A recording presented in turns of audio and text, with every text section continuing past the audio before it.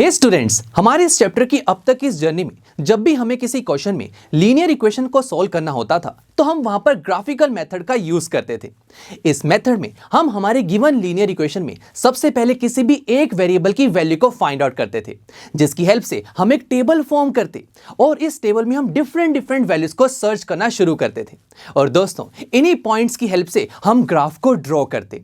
और स्टूडेंट्स, जहां पर इन दो गिवन लीनियर इक्वेशन से बनने वाली लाइंस इंटरसेक्ट करती थी, उस पॉइंट के कॉरस्पॉन्डिंग हमें जो x और y की वैल्यू मिलती थी वही हमारे गिवन इक्वेशन के सॉल्यूशन बन जाते थे।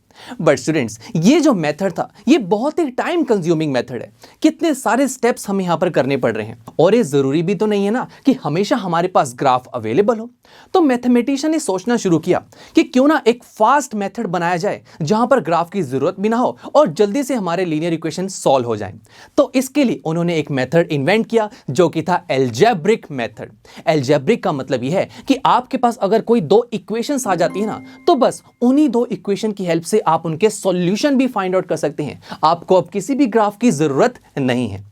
अब दोस्तों, ये जो अलजेब्रिक मेथड है ये भी तीन तरीके के होते हैं।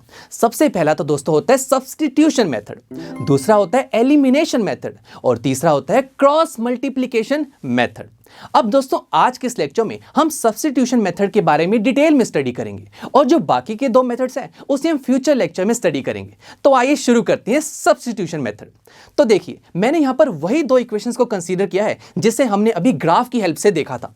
तो आइए देखते हैं कि क्या सब्स्टिट्यूशन मेथड से हम इसके सॉल्यूशन फाइंड आउट कर पाएंगे, क्या ये हमारा टाइम सेव कर पाएगा। आइए शुरू करते हैं।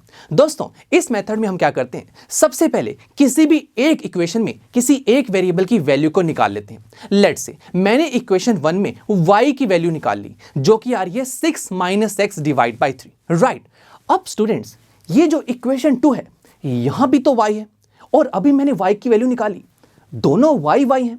तो क्या मैं इक्वेशन 1 से जो y की वैल्यू निकाली है उसे इक्वेशन 2 में पुट कर सकता हूं, या फिर कहूं सब्स्टिट्यूट कर सकता हूं?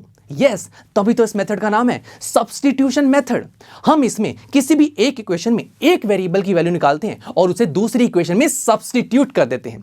तो आइए शुरू करते हैं। तो अब हम यहां पर यही करेंगे कि जो हमारे पास y की वैल्यू निकल कर आई है उसे हम सेकंड इक्वेशन में सब्स्टिट्यूट कर देंगे। तो शुरू करते हैं। तो हमारे पास क्या एक्सप्रेशन बनेगा, 2x - 3, y की वैल्यू पुट करेंगे, that is 6 - x divide by 3 is equal to 12। अब यहां पर 3 से 3 तो कैंसिल आउट हो गया, तो हमारा एक्सप्रेशन क्या बना, 2x - 6 + x is equal to 12। कितना इंटरेस्टिंग एक्सप्रेशन है दोस्तों। व्हाई? बिकॉज इस एक्सप्रेशन में सिर्फ एक वेरिएबल प्रेजेंट है, और दोस्तों ऐसे एक्सप्रेशन को सोल्व करना तो बहुत ईजी है।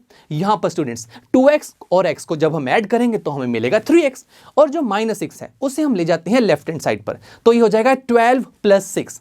तो फिर ये क्या बन जाएगा, 3x is equal to 18। So x की वैल्यू निकालने के लिए हम 3 को भी ले जाएंगे लेफ्ट हैंड साइड पर, तो ये डिनोमिनेटर में चला जाएगा। सो 18 डिवाइड बाई 3, आंसर इज 6। तो देखा दोस्तों, x की वैल्यू हमारे पास आ गई 6। कितना फास्ट तरीका है ये। बट हमें y की वैल्यू भी चाहिए ना, तो कोई प्रॉब्लम नहीं है। अब अगर आपके पास ये x की वैल्यू आ चुकी है ना, तो आप इस वैल्यू को अपनी इक्वेशन 1 या 2 किसी मर्जी में पुट कर दीजिए, आपके पास y की वैल्यू आ जाएगी।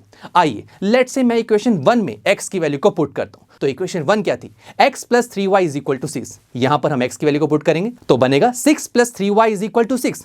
अब 6 को जब मैं लेफ्ट हैंड साइड पर लेके जाऊंगा तो 6 - 6 ये तो 0 हो गया, तो 3y इज इक्वल टू 0। तो y क्या हो जाएगा, 0 डिवाइड बाई 3। और दोस्तों 0 को जब हम किसी नंबर से डिवाइड करते हैं तो आंसर तो 0 आता है, तो y की वैल्यू हमारे पास आ रही है 0।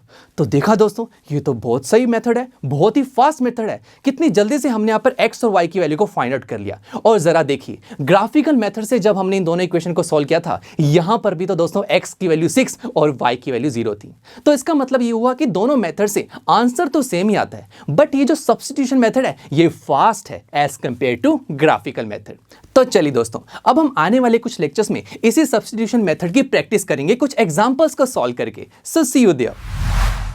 आई एम श्योर स्टूडेंट्स, आपको ये लेक्चर काफी पसंद आया होगा, और ऐसे ही मजेदार तरीके से अपने हर एक कॉन्सेप्ट क्लियर करने के लिए डाउनलोड कीजिए पीयू स्टैक ऐप को, जहां पर आपके पास और भी बहुत सारे ऑप्शंस होंगे, जैसे कि back exercise solutions, tip videos, sample papers and much more. So what are you waiting for? Download the app now.